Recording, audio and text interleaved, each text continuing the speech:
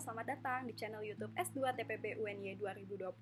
Perkenalkan, saya Aprilianti Dwintiari akan mempresentasikan hasil kajian saya dari buku Multimedia for Learning by Alessi and Trolip 2001. Lebih fokusnya akan membahas tentang chapter 4, yaitu tentang tutorial. Sebelum saya melanjutkan ke pembahasan, jangan lupa untuk subscribe YouTube channel video ini ya, agar saya dan teman-teman bisa memberikan informasi yang lebih bermanfaat seputar bidang teknologi pembelajaran.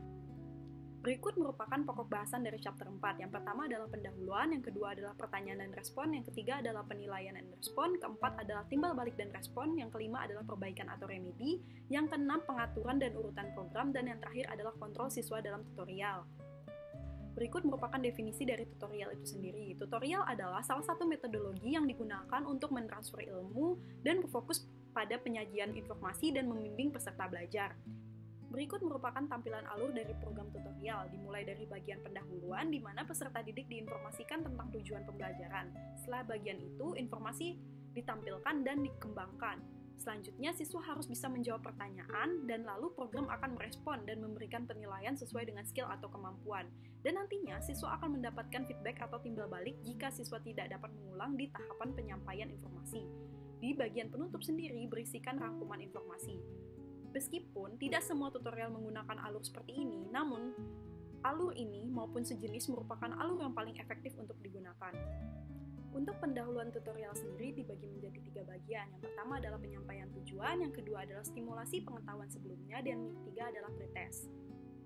Tujuan pembelajaran terbagi menjadi 2 unsur. Yang pertama yaitu tujuan behavior, yang berfokus pada apa yang harus dicapai oleh peserta didik. Sedangkan yang kedua adalah tujuan non-behavior, yaitu untuk meningkatkan proses pembelajaran yang dimaksud dan insidental. Di sini perbedaan antara tujuan behavior dan non-behavior yaitu adalah saat penerapannya ke peserta didik, di mana tujuan behavior ini lebih tidak menarik dibanding tujuan non-behavior. Selanjutnya, pendahuluan tutorial perlu menstimulasi pengetahuan sebelumnya. Namun, di sini tidak perlu mereview pengetahuan sebelumnya secara detail. Menstimulasi pengetahuan sebelumnya menjadi penting karena dapat meningkatkan motivasi, percaya diri, dan tentu saja menunjukkan relevansi. Lanjut, pretest. Pretest ini biasa digunakan untuk menilai kesiapan peserta didik dalam pembelajaran dan mengukur seberapa jauh peserta didik sudah mengetahui atau paham isi pelajaran. Oke, beberapa metodologi multimedia menggunakan pertanyaan atau interaksi lainnya untuk mendapatkan respon dari peserta didik, dan ini merupakan penjabaran lebih lanjut tentang pertanyaan maupun respon di bab ini. Yang pertama adalah fungsi pertanyaan, yang kedua adalah tipe-tipe pertanyaan, yang ketiga adalah faktor kualitas pertanyaan, yang keempat penggunaan gambar di pertanyaan, yang kelima relevansi pertanyaan, dan yang terakhir adalah penempatan pertanyaan. Next, fungsi pertanyaan yang pertama adalah menjaga agar peserta didik tetap fokus pada program, menyediakan latihan, mendorong proses pembelajaran yang lebih dalam, dan menilai bagaimana peserta didik memahami informasi. Next, tipe pertanyaan terbagi menjadi 2, yaitu respon alternatif dan reconstructed response, di mana dapat dilihat pada slide merupakan contoh paling umum dan paling familiar dari tipe pertanyaan, yaitu alternatif respon, karena lebih mudah dinilai menggunakan perangkat komputer dan dioperasikan menggunakan keyboard maupun mouse, sehingga tipe pertanyaan ini biasa dikatakan user-friendly. Untuk multiple choice question sering diartikan dengan mudah tertebak dan menekankan informasi yang faktual hanya dapat memberikan respon berupa memilih jawaban yang disediakan menggunakan mouse pada perangkat komputer. Untuk marking question atau menandai, peserta didik dapat menandai bagian pada tampilan dengan menggunakan mouse juga.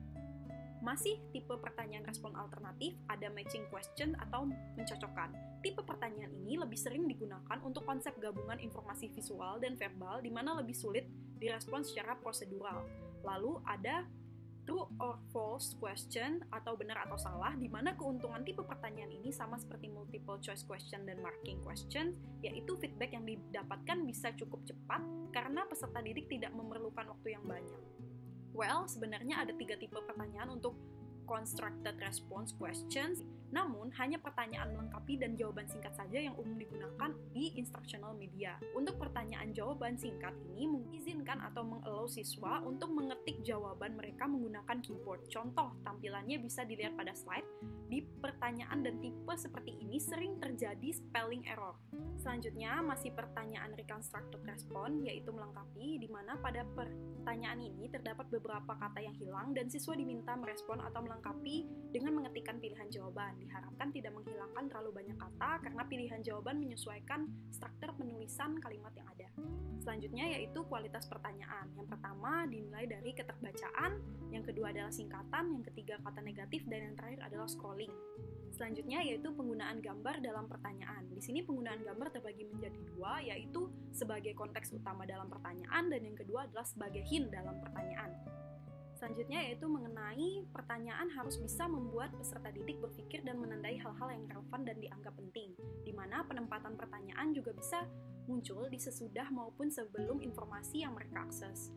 Mode of response di sini maksudnya adalah cara apa yang dapat digunakan untuk merespon pertanyaan yang ada di komputer. Bisa menggunakan speech atau oral, atau yang kedua menggunakan tool keyboard dengan writing atau typing di keyboard mereka, atau dengan tool mouse yaitu dengan mengklik jawaban seperti itu. Timbal balik dari respon. Di sini, jika peserta didik menjawab dengan salah, sebaiknya jawaban yang benar tetap ditunjukkan agar peserta didik mendapatkan pengalaman belajar. Timbal balik dari respon. Yang pertama, timbal balik harus positif dan bersifat membenarkan. Kedua, pada tutorial, timbal balik harus diberikan secepatnya setelah peserta didik memberikan respon. Yang ketiga, peserta didik diberi kesempatan untuk mencoba lagi ketika salah.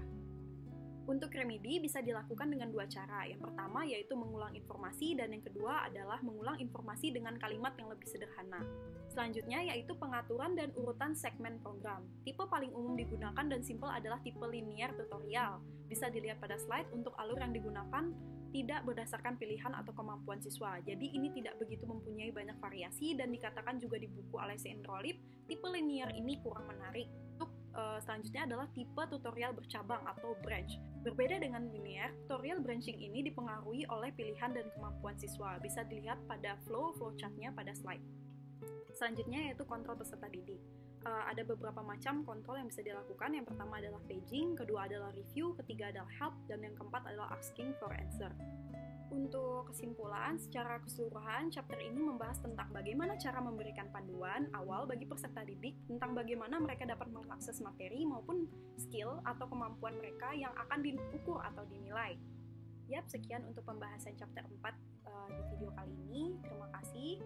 Jangan lupa untuk like video ini dan sampai ketemu di video-video selanjutnya. Dadah!